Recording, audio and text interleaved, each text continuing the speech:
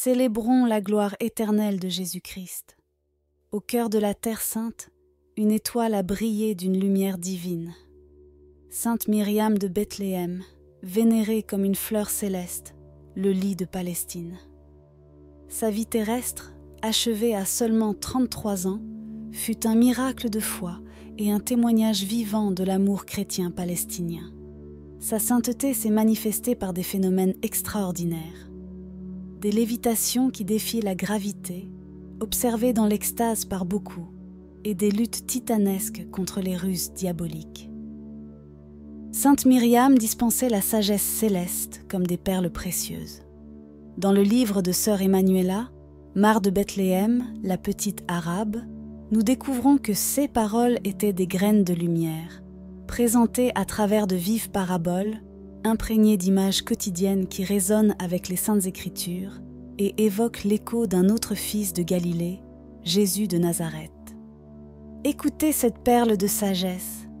Les arbres les plus majestueux du paradis sont ceux qui sur terre se sont souillés des plus grands péchés. Et pourquoi ? Parce qu'ils ont su transformer chaque chute en un engrais précieux, enrichissant le sol à leurs pieds.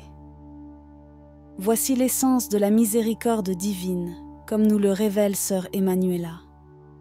Dans le jardin céleste, la beauté naît de la rédemption.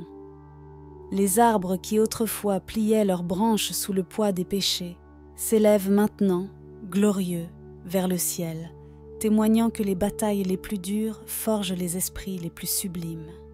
C'est la promesse d'espoir pour chaque âme qui lutte, qui se débat entre ses propres fragilités, souvent enchaînées à des blessures invisibles de l'enfance. Pourtant, c'est précisément à travers ce chemin de lutte et de rédemption que ces âmes s'élèvent, devenant des icônes d'une beauté paradisiaque inattendue. Leur humilité, leur douleur pour les offenses au divin, ne sont que le terreau fertile d'où éclot la fleur de la sainteté. Dans le mystère de l'économie divine, Dieu transforme chaque larme en une perle de grande valeur, élevant l'humile à des sommets de gloire céleste inimaginables. Rappelons-nous les paroles du publicain, écho éternel de la supplication humaine. « Ô Dieu, aie pitié de moi, pécheur !» C'est dans la sincérité de ce cœur brisé que réside la clé de la justification divine. Celui qui s'abaisse, reconnaissant sa propre petitesse, sera élevé aux étoiles, dans une étreinte de lumière éternelle. Célébrons donc le triomphe de l'humilité et de la rédemption. Dans le souvenir de Sainte Myriam, le lis de Palestine, renouvelons notre engagement à marcher sur la terre avec des cœurs élevés vers le ciel, certains que chaque bataille spirituelle, chaque chute, est un pas vers notre transfiguration en beauté divine.